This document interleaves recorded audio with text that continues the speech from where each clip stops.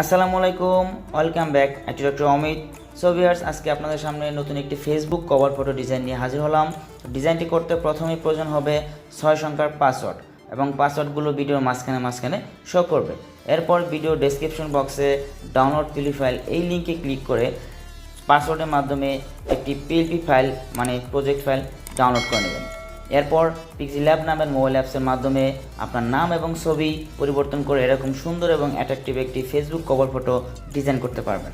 So viewers, চলুন দেখে নেওয়া যাক কীভাবে আপনারা ডিজাইনটি এডিট করবেন।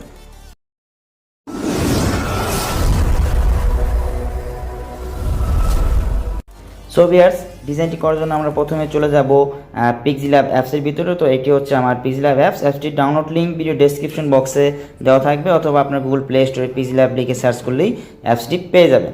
সো অ্যাপসটি ওপেন করার পর এরকম ইন্টারফেস চলে আসবে। এরপর আপনারা উপরে এই 3 ডট এখানে ক্লিক করবেন। 3 ডটে ক্লিক করে আপনারা ওপেন ডট পিএলপি এখানে ক্লিক করবেন। সো এরপর হচ্ছে আপনার এই ডট পিএলপি এখানে ক্লিক করবেন। সো ডট পিএলপি ক্লিক করার পর আপনার ফোনের যে ডাউনলোড ফাইল ম্যানেজারের যে ডাউনলোড ফোল্ডার রয়েছে সেটি অটোমেটিকলি সিলেক্ট হয়ে যাবে।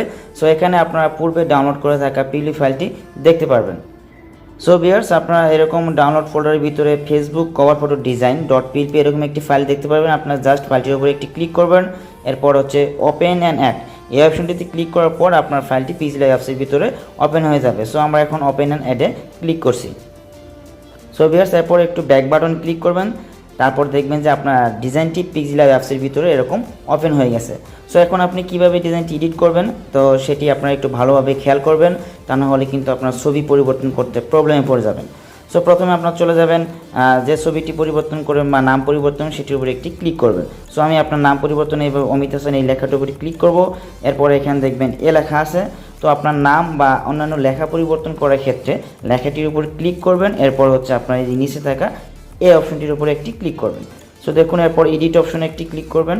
তো এডিট অপশনে ক্লিক করার পর আপনি আপনার নাম এখান থেকে চেঞ্জ করে দিবেন। সো আমি আমার নামটি দিয়ে দিলাম হাসান মিয়া।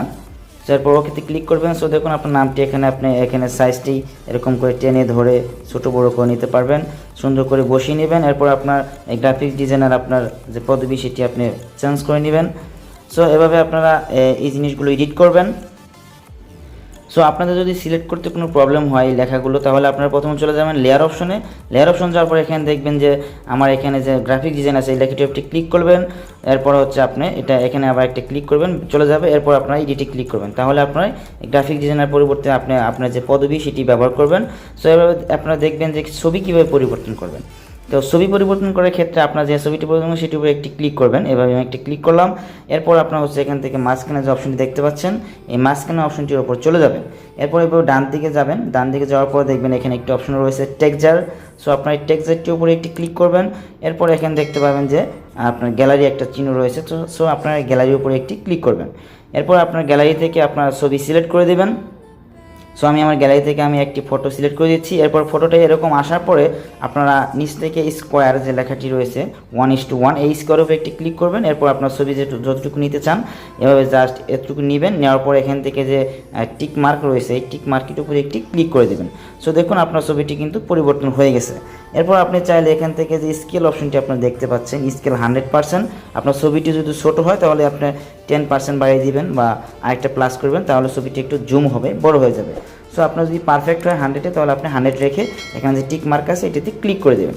সো এভাবে আপনার বাকি এই ছবিগুলো জাস্ট একইভাবে ক্লিক করবেন, ছবিটির উপরে ক্লিক করবেন। এরপর হচ্ছে আপনার ছবি এভাবে টেক্সচারের মাধ্যমে পরিবর্তন করবেন। এরপর আরেকটি জিনিস রয়েছে সেটা হচ্ছে আপনার বড় ছবিটি কীভাবে আপনার চেঞ্জ করবেন। একই সিস্টেমে জাস্ট বড় ছবিটি একটি ক্লিক করবেন, এরপর টেক্সচারে ক্লিক করবেন, এরপর গ্যালারি থেকে ছবিটা দিয়ে দেবেন। সো এরপর হচ্ছে সেভ করার পালা। সেভ করার জন্য আপনার উপর থেকে যে সেভ আইকনটি দেখতে পাচ্ছেন এটির উপরে একটি ক্লিক করবেন। এরপর সেভ অ্যাজ ইমেজ এই লেখাটির উপরে একটি ক্লিক করলে আপনার ইমেজটি আপনার গ্যালারিতে সেভ হয়ে যাবে। সো ভিউয়ার্স, আশা করি আপনারা বুঝতে পারছেন কিভাবে এটি এডিট করবেন। এর পরবর্তীতে যদি আপনার এডিট করতে অথবা পিএলপি ফাইল ডাউনলোড করতে যদি কোনো সমস্যা হয় অবশ্যই কমেন্টস করে জানাবেন। আর ভিডিওটি যদি ভালো লাগে অবশ্যই চ্যানেলটি সাবস্ক্রাইব করে পাশে থাকবেন এবং লাইক কমেন্ট শেয়ার করবেন। সো ভিউয়ার্স, আজকের মতো এ পর্যন্তই। দেখা হবে পরবর্তীতে নতুন কোনো এক ভিডিওতে। সে পর্যন্ত সবাই ভালো থাকবেন। আল্লাহ হাফেজ।